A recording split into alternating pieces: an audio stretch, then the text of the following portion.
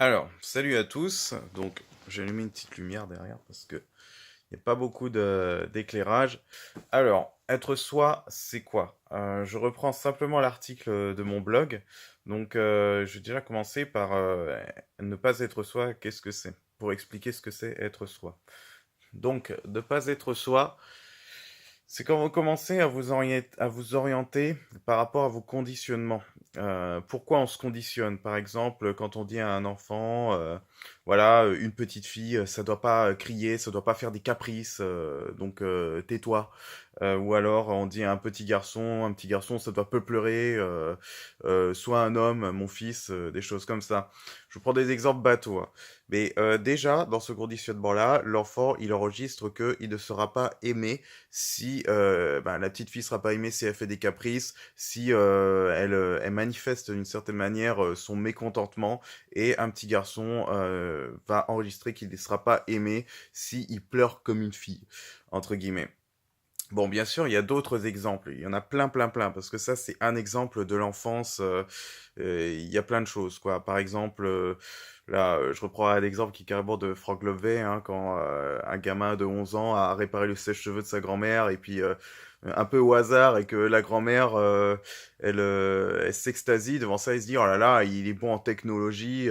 Bon, ça conditionne d'une certaine manière. D'ailleurs, simplement, quand moi, je me rappelle quand j'étais petit, non, quand j'étais petit, bah voilà, j'ai peut-être. C'était au début un peu des téléphones portables à clapet, tout ça, vers l'âge de 15 16 ans.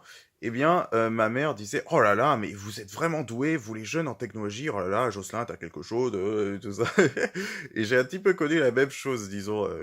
Je me disais, mais non, je suis pas doué en technologie parce que je sais utiliser un portable. C'est juste que j'ai eu l'habitude de l'utiliser, de le faire, de jouer à la PlayStation, et puis voilà. Mais ce genre de petites croyances-là, données par la société, ou par nos proches, notre entourage, parce que l'entourage est encore plus influençable, eh bien, ça nous conditionne. Et quand c'est quelque chose qui est jugé comme être comme bon, euh, du genre ah là là, tu parles bien, mon Dieu, tout ça, eh ben, on va s'en rapprocher le plus possible.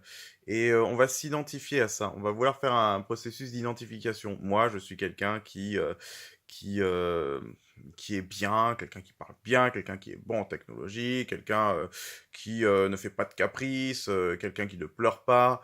Et bah voilà, c'est sûr, c'est pas nous, d'une certaine manière. Ça, c'est, on s'est dit que ça allait être bien pour nous, donc du coup, bah, pourquoi on veut se rapprocher de ce qui est bien? Tout simplement parce que c'est ce qui est adulé dans la société, c'est ce qui est aimé, c'est ce qui est apprécié. Donc, pourquoi on veut être aimé? C'est aussi pour ne pas subir à nouveau le rejet et l'abandon. Ou alors toutes les autres blessures. Si vous avez vu Lise Bourbeau, la blessure de trahison, la blessure de l'humiliation, il me semble. Bref, ou, je sais plus trop. Bon, il y en a plein d'autres, mais les deux principales, on sait, hein, c'est rejet et abandon. Même s'il faut pas ignorer les autres. Donc, on va vouloir fuir à tout prix ces blessures-là. Et on va faire ce que la société nous a dit, nos conditionnements. Simplement. Donc voilà, ça, ce n'est pas être soi.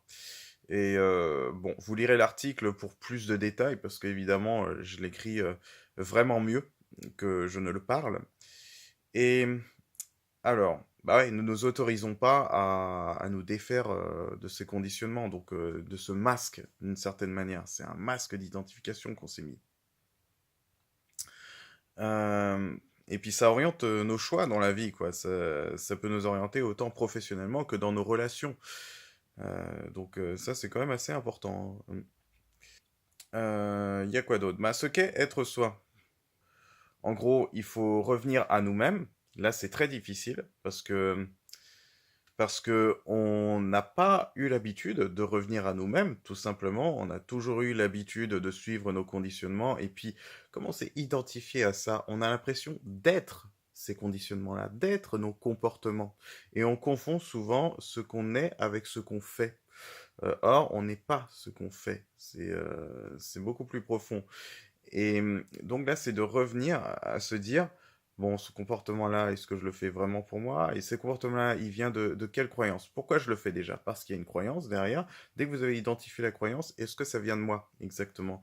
Et puis, qu'est-ce que je ressens en fait? Qu'est-ce que j'aimerais faire à la place? Par exemple, pleurer pour un truc devant un film. Voilà, ça m'était arrivé avant dans le passé. Pleurer devant un film, je trouvais ça complètement idiot. Je me disais, je vais pleurer tout seul là devant un film, comme une nana trop sensible. Et puis, si je pleure comme ça, personne ne voudra de moi, quoi.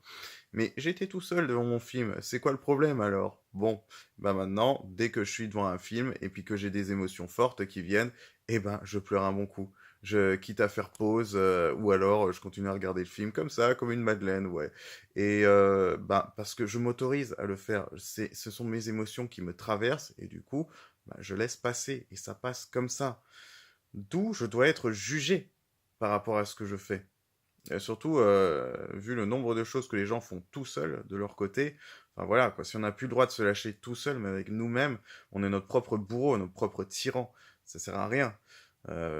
Au contraire, lâchez vos émotions quand vous êtes seul, c'est là où vous êtes vraiment le plus libre et où ça fait réfléchir après, d'une certaine manière.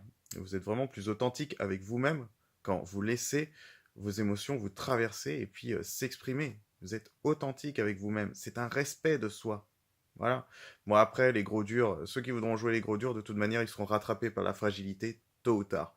Et s'ils refusent à cette fragilité, ils feront partie des mecs aigris, des petits vieux qui se plaignent, qui râlent et puis qui rejettent tout leur malheur sur le monde. Enfin, les victimes, quoi. Vous savez, le triangle de Cartman, hein. Sauveur, bourreau, victime. Hein. Voilà. Donc, faut aller en dehors de ce cercle. Et pour être en dehors de ce cercle, eh ben, c'est bien d'être soi. Être soi, c'est se laisser traverser par les émotions, être authentique avec soi, ce respect que l'on a. Alors sinon, par rapport à la conclusion, ouais, ben, ayez conscience qu'il y a plusieurs mondes.